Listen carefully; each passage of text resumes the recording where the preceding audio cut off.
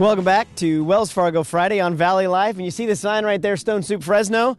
So I'd love to tell you I'm going to teach you how to make soup, but actually we're going to take soup to a whole nother level with these two beautiful ladies to my sides right here. Miss Sandy Cha, how are you? Good. How are you, Rich? Good. And Miss Micah Yang, how are you? Good. Nice to meet you. Well, really nice to meet you because I have stories or questions to ask about some stories.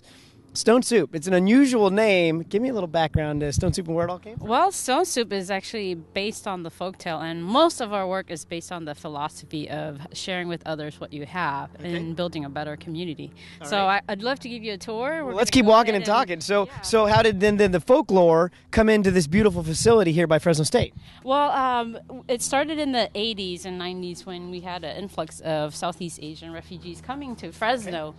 And so our former founder, Kathy Garabed, really saw the need to help these families acculturate to this new way of life. All right. And so that's why she took the philosophy, asked community members, church members, university professors, anyone who was willing to share their talent of reading to kids, doing after-school arts, karate, and it was really to keep kids out of negative activities. So every little piece of the soup, we're all throwing it together to make it that much better. Right, yes, exactly, and that's where, that value of volunteers and community members really come in to help and support our work. So Mike, it's one thing to try to develop programs, for people to help out. It's a whole other thing to create a community center like this. And actually, let's step in a little farther. That way Don can kind of get a feel for this entire room. But how did this whole thing come about, and then how is it really helping out the community, in so many different ways? Well, back when, as I was telling you, when Stone Soup started, it was to really strengthen families so that they would be self-sustaining. Okay. And so that means, building positive engagement with children and families and parents. And so the one example is one of our focus is early education, and we really believe that children can learn at a young age, and that comes with a lot of, nourishment and praise and support. So we have programs for children ages 0 to 5. We have a play group that's for parents and their children to learn together. And learning through play is a valuable lesson for our parents who come from a place where formal education was not necessarily an option. Okay. So for this program, we call it the Early Learning Program. It's for kids 4 to 5 years old to prepare for success in kindergarten. That means learning your numbers, your colors, your letters, knowing how to get in line so that they'll be successful in kindergarten. And we offer opportunities for parents to get involved into the program. So they volunteer at stations to help kids. They volunteer on field trips or community events where they come together. Right. Well, Sandy, in the years that I've gotten to know you, you pride yourself on teaching people how to be financially self-sufficient. You like just creating that learning process and help someone better themselves. What drew you to Stone Soup to say that's something I'm getting involved in?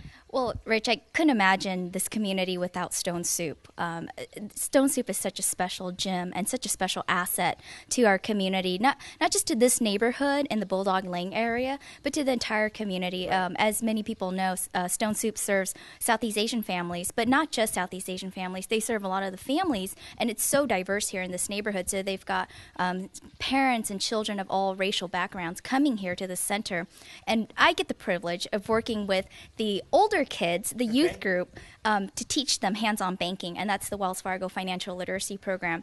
Sure. So I spent a summer here with a group of young girls in high school who live here in this community, right here in this neighborhood, and they would come after school every day during the summer to spend time with the mentors, and I got to be a part of mentoring them and teaching them hands-on banking, talking to them about budgeting, the importance of managing their credit, being cognizant about these things. As they pursue college, they will be offered so many things, and so how do you make the right choices? And so it was such a privilege to work with these girls and see them go off to college. Many of them are at Fresno State right now. Some of them are at Fresno City College. So it was just such a privilege for me to work with them. Right. Well, Mike, it's one thing to have financial support, which Wells Fargo is always good for in our community.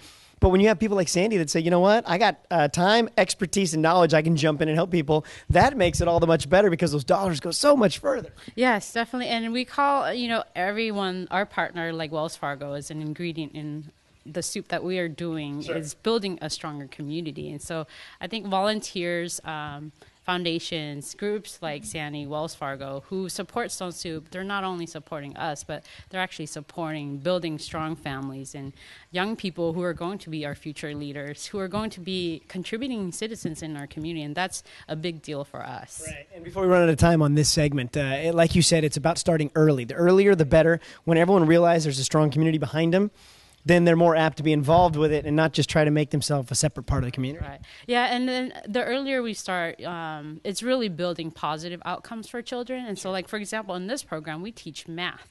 And kids are learning to use their fingers to count and how to add. And that's really exciting because parents are like, wow, we didn't know our kids could do math. They could already learn to add when they're like 4 years old. And that's exciting because that's, building that support for parents and children to learn together. Sure. All right, well, you ladies don't go anywhere. I got more questions for you. And you folks don't go anywhere either. We're going to be right back with more Wells Fargo Friday right here on Valley Live.